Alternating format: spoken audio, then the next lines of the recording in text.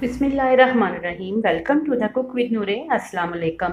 आज मैं ओनियन करी पेस्ट आप लोगों के लिए टाइम सेविंग रेसिपी लेके आई हूँ।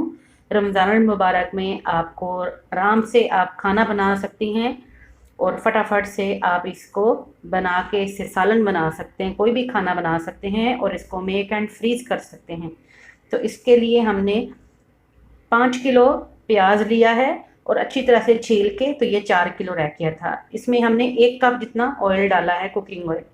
और कुकिंग ऑयल डाल के तो अब इसको हम हल्का हल्का बादामी कर लेंगे। लाइट कलर इसका आना चाहिए, गोल्डन नहीं मैं कर रही। ये मेरी पेस्ट जो है बिल्कुल लाइट कलर में होगी। चलिए ये देखें, ये इसका कलर हल्का सा चेंज हुआ है।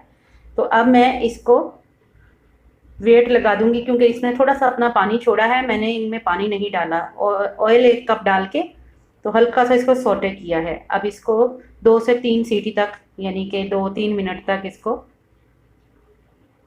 कुकर में हमने गला लिया है। ये देखें, बहुत अच्छी तरह से ये गल गए हमारे प्याज। झटपट आपकी ये पेस्ट तैयार हो जाती है। और अब इसको गरम गरम को ही आप ग्राइंड कर लें, किसी भी चॉपर में या ग्राइंडर में, जिसमें भी आपने करना है। मेरे पास ये हैंड ब्लेंडर है, तो उसकी मदद से मैं इसको झटपट फटाफट से पेस्ट बना रही हूँ। रफली पेस्ट बना रही हूँ इसकी। बहुत ज़्यादा गरम है तो इसलिए हाथ बचा के आप इसको ग्राइंड कीजिएगा।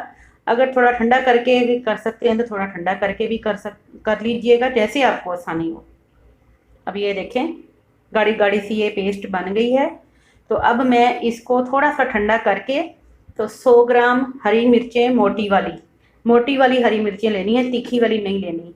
100 ग्राम हरी मिर्चें लेके तो उनके साथ इसको ग्राइंड कर लें। तो ये देखें कितनी अच्छी पेस्ट बन गई है। इसको अब मैंने बड़ी चॉपर मशीन में चॉप कर लिया, जिसमें कीमा वगैरह पीसते हैं।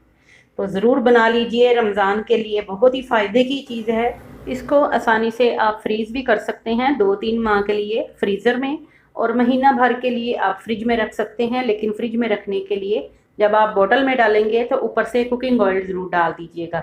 तो बहुत ही ज़बरदस्त हमारी ये ऑनियन करी पेस्ट तैयार है, जिससे झटपट आप कोई भी सालन बना सकते हैं। तो अपना ख्याल रखिएगा, दुआओं में याद रखिएगा। अल्लाह हाफिज़।